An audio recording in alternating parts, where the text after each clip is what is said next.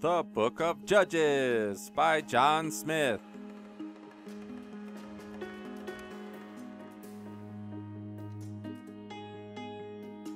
In our last episode, Lord Yahweh made dew appear on a fleece and on the ground for Gideon. Next, the Lord told Gideon to assemble his army. Hey Gideon, it's me, Lord Yahweh. Yeah, you have too many men in your army. If you win the battle with that many men in your army, people will give you guys credit for the victory and not me. So go weed out all the people who are afraid of battle. Tell all those cowardly bellyachers to just go home. So 20,000 yellow-bellied bellyachers went home, and only 10,000 men were left. But G-Man still wasn't satisfied. Yeah, Gideon, your army's still too big. Men will still say that you guys won the battle, and not give me credit.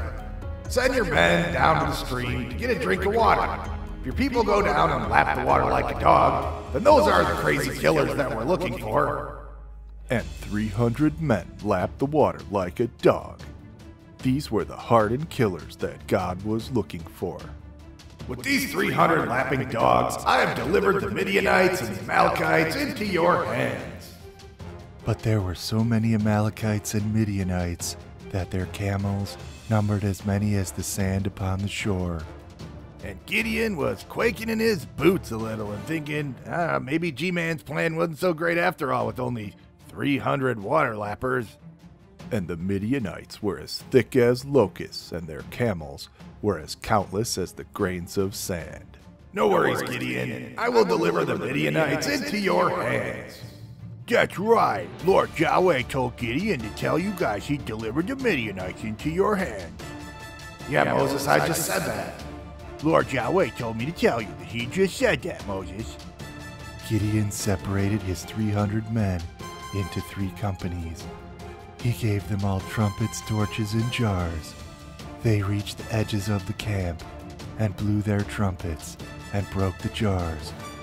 "A sword for the Lord and Gideon," they shouted, and all the Midianites ran in fright. Gideon and his 300 men pursued their enemies, 2 kings named Zebah and Zalmunna, to the lands of the men of Succoth. Men of Succoth, give my troops some bread. But the men of Succoth said, "Why should we give you bread? You haven't captured those 2 kings yet." I will tear your flesh with desert thorns and briars. Then Gideon went to Peniel, but they wouldn't break bread with Gideon's men either, because he hadn't captured those kings yet, and Gideon was not happy. I will tear down your tower. Finally, Gideon caught up to Zebah and Zalmunna, routed their army, and captured them.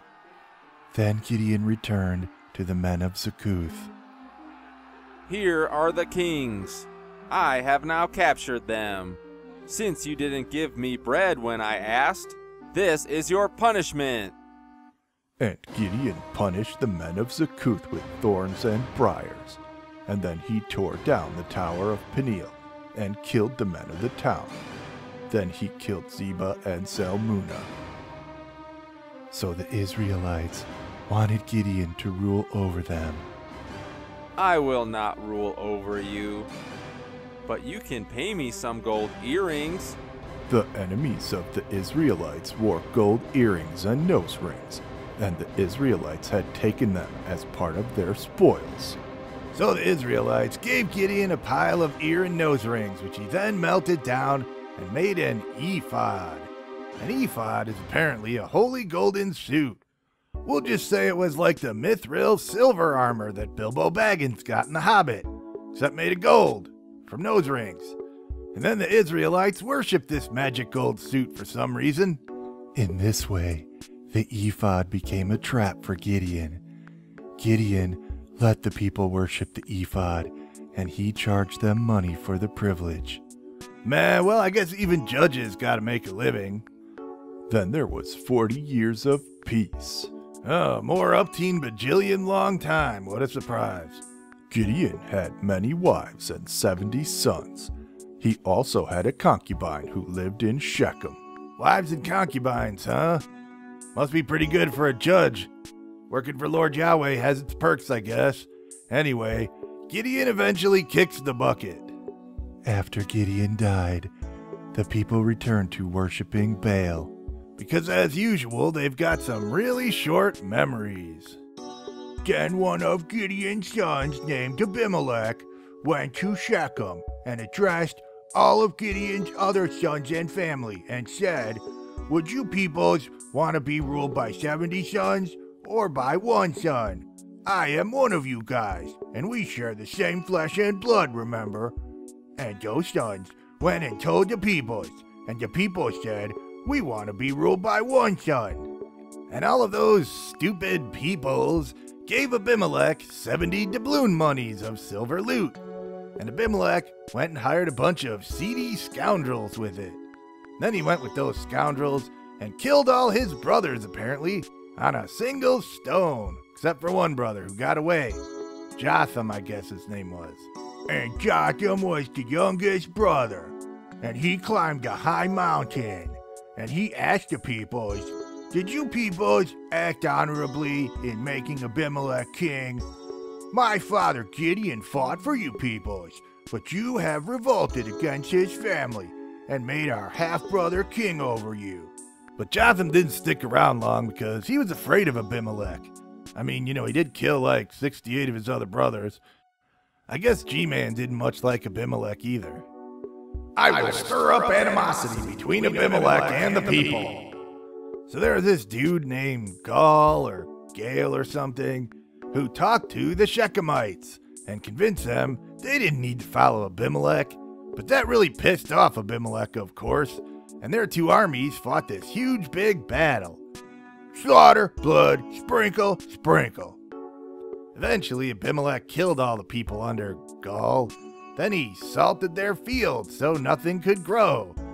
Some of the people had hidden away in this tower, but Abimelech cut down some branches and piled them at the base of the tower and set the tower on fire with all the people in it. Yeesh. So I guess there was this other tower, and Abimelech went to burn that one too, but there was this woman in the tower, and she dropped a rock on his head, and he was gonna die. But he told his armor-bearer dude to just kill him so that he wasn't killed by a woman. So the armor-bearer dude killed him. And that's it for today, minions.